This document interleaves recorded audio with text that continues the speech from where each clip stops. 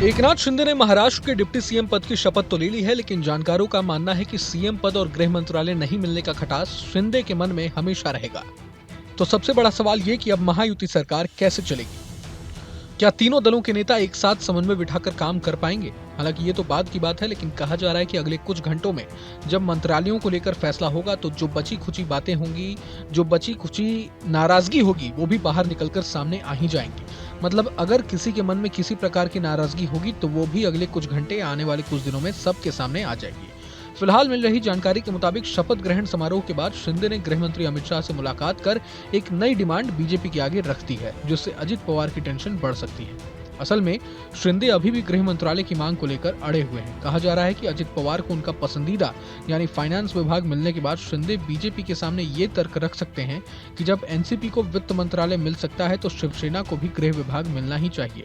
हालांकि सभी का तो यही मानना है कि बीजेपी पहले की तरह हर हाल में गृह मंत्रालय अपने पास ही रखेगी और शिंदे को अपने फेवरेट यानी शहरी विकास मंत्रालय के साथ संतोष करना पड़ सकता है। अब भले ही शिंदे महायुति सरकार में डिप्टी सीएम बन गए हों, लेकिन आखिरी वक्त तक महाराष्ट्र में जो सियासी ड्रामा चला उसने दिल्ली तक हलचल बढ़ा रखी थी। सभी का सवाल यही था कि शिंदे शपथ लेंगे या नहीं। अब सवाल ये कि बीजेपी ने एकनाथ शिंदे की झोली में क्या क्या दिया और उनसे क्या क्या छीन लिया।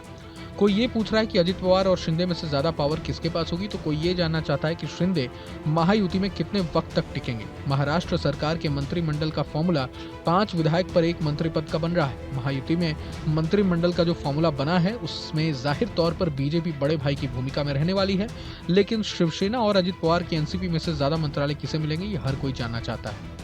मीडिया रिपोर्ट्स के मुताबिक महाराष्ट्र में सीएम सहित कुल 43 मंत्री बनाए जा सकते हैं। बीजेपी के हिस्से में 22 से 23 मंत्री पद आ सकते हैं। शिंदे की शिवसेना 57 विधायकों के आधार पर 15 मंत्री पद मांग रही है, लेकिन उसे 10 से 11 मंत्री पद मिल सकते हैं। ऐसे ही अजित पवार के खाते में 8 से 10 मंत्री पद आ सकते हैं। अब मंत्रिमंडल का जो फॉर्मूला बनाया गया है उससे तो यही लग रहा है कि शिवसेना और अजित पवार को लगभग बराबर विभाग मिल रहे हैं। हालांकि अब तक की जानकारी के मुताबिक मंत्रियों का शपथ ग्रहण 5 दिसंबर के बाद होगा, लेकिन किस पार्टी से कौन सा विधायक मंत्री बन सकता है ये तो वक्त के साथ ही पता चलेगा। जानकारी के लिए बता दें कि शपथ के आधे घंटे बाद फडणवीस, शिंदे और अजित पवार मंत्रालय पहुंचे। पहली कैबिनेट मीटिंग में देवेंद्र फडणवीस ने पुणे के मरीज चंद्रकांत शंकर कुरहाड़े को इलाज के लिए मुख्यमंत्री चिकित्सा राहत कोष से 5 लाख रुपए की सहायता देने का फैसला किया है।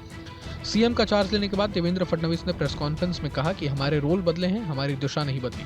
सबको साथ लेकर चलने वाली सरकार आपको देखने को मिलेगी। समस्याएं आएंगी तो हम लोग मिलकर रास्ता निकालकर महाराष्ट्र को आगे बढ़ाएंगे।